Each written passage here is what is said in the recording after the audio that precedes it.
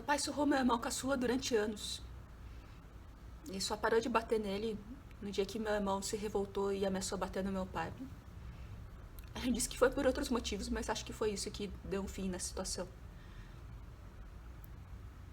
Será que meu pai era um monstro? Meu pai era um monstro? E quando a gente pensa que o meu pai era surrado pelo pai dele, então será que o meu avô era um monstro? Meu pai detesta o pai dele. Meu pai detesta o pai dele de... A primeira vez que eu fui fazer uma constelação familiar, e a facilitadora perguntou qual o nome do pai do seu pai. Eu falei, eu não sei. E ela fez assim, como assim não sabe? Eu falei, eu não sei, eu já ouvi alguma vez, mas meu pai fala tão pouco dele. Eu sei que ele tem tanta raiva do meu avô, porque ele era alcoólatra, batia nele, batia na esposa, batia nos outros filhos. Ele tem muita raiva desse meu avô e não fala nada dele. Depois eu soube o nome do meu avô, e durante essa constelação a facilitadora falou: esse seu avô, ele gostava muito de crianças, ele não era uma pessoa ruim, mas ele sentia muita saudade do Japão. A vida no Brasil para ele foi muito difícil, ele tinha muita dificuldade em se adaptar. E o alcoolismo e a violência eram as formas que ele tinha conseguido encontrar para lidar com a dor dele. Então será que o meu avô era um monstro?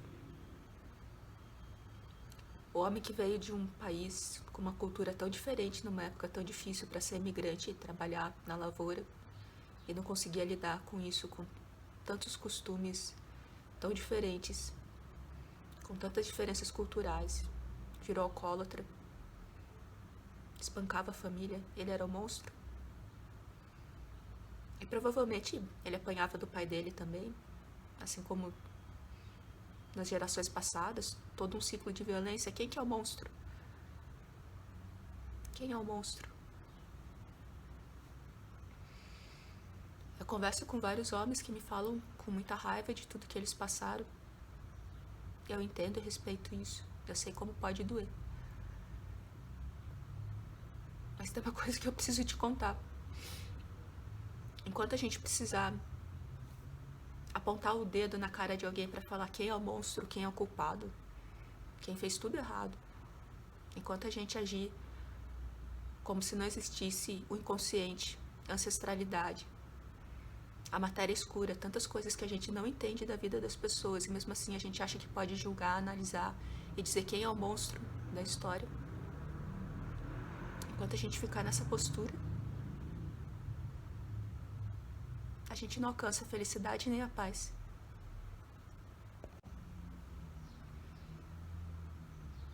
Você pode passar a sua vida toda falando mal dos seus pais, do seu pai, de todas as coisas ruins e erradas que ele fez com você, principalmente na sua infância, de como ele te humilhou, te machucou, não cuidou de você, não foi um modelo de homem, não te ensinou o que é ser homem, como ele te assustava, como ele te apavorava, como ele te espancava, como ele não te ajudou, não te apoiou. Você pode falar o que você quiser, e eu não vou dizer para você não falar isso. Porque se você precisa falar disso, então você fala. É a sua dor, é o seu momento. Entretanto, o que eu tenho falado e falo o tempo todo é sobre, digamos assim, é uma estrutura, uma hipótese, minhas crenças. E você pode ouvir se algo do que eu falo faz algum sentido. Quem sabe seja um motivozinho para você cogitar, fazer umas outras escolhas. Você pode reclamar o quanto você quiser do seu pai e da sua mãe e falar de tudo de ruim que eles fizeram. Mas, como eu disse, enquanto a gente faz isso, a nossa vida não progride. É muito difícil caminhar para a vida, para o sucesso, para a abundância, para o amor, para a felicidade, enquanto a gente fica patinando no lodo da raiva e da mágoa do que os nossos pais fizeram na infância. Eu acho que é porque a gente tem uma certa limitação da nossa capacidade de processamento. Enquanto a gente está rodando na mágoa, no ressentimento, é como se faltasse energia e espaço para você estar cuidando de outras coisas. Você fica meio tapadão, não consegue nem ver as oportunidades, as pessoas, as outras dimensões da vida que estão acontecendo ao seu redor, porque você está lá preso na sua mágoa, na sua raiva. E fora isso, a mágoa e a raiva dos pais, ela cria uma história de mundo que é como se fosse uma estrutura mental em que tudo de errado que acontece na sua vida é porque seus pais te trataram daquele jeito. Então, digamos assim, não tem como você ir pra frente, porque você já tem na sua cabeça criada a desculpa, a estrutura, o motivo de porque você é tímido, ou porque você ganha pouco, ou porque você é demitido, ou está desempregado, ou porque você não tem sucesso nas suas relações, ou porque você é feio, ou porque você é desengonçado. Tudo você atribui às coisas que aconteceram na sua infância, o jeito ruim como seus pais te trataram. Então, como você tem a explicação perfeita de por que você é tão fracassado, não tem como você mudar. Porque você criou a trama mental na sua cabeça de que tudo aconteceu por culpa deles e você está ali preso, né?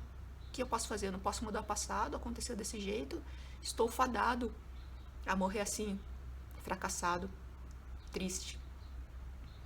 Uma lástima. Era verdade tudo que meu pai falava sobre eu não prestar pra nada, sobre só ser motivo de vergonha. Então, enquanto a gente fica presa nessa história de vida, de acreditar que foi tudo culpa dos pais, simplesmente não tem como ser feliz.